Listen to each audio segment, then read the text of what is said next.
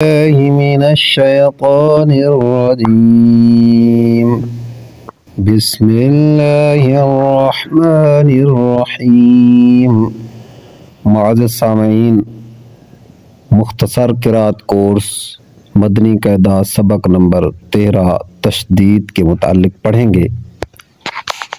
یہ 3 دندان والی شکل کو تشدید کہتے ہیں۔ جس حرف پر یہ شکل ہو اسے مشدد کہتے ہیں۔ مشدد حروف کو 2 مرتبہ پڑھیں۔ ایک مرتبہ اپنے سے پہلے والی حرکت سے ملا کر اور دوسری مرتبہ اپنی حرکت کے مطابق ذرا رک کر پڑھیں۔ نون مشدد اور میم مشدد میں ہمیشہ غنہ ہوتا ہے۔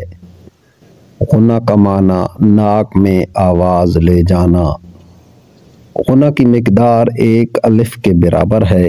اب حروف قلقلہ مشدد ہوں تو انہیں جماؤ کے ساتھ ادا کریں۔ پا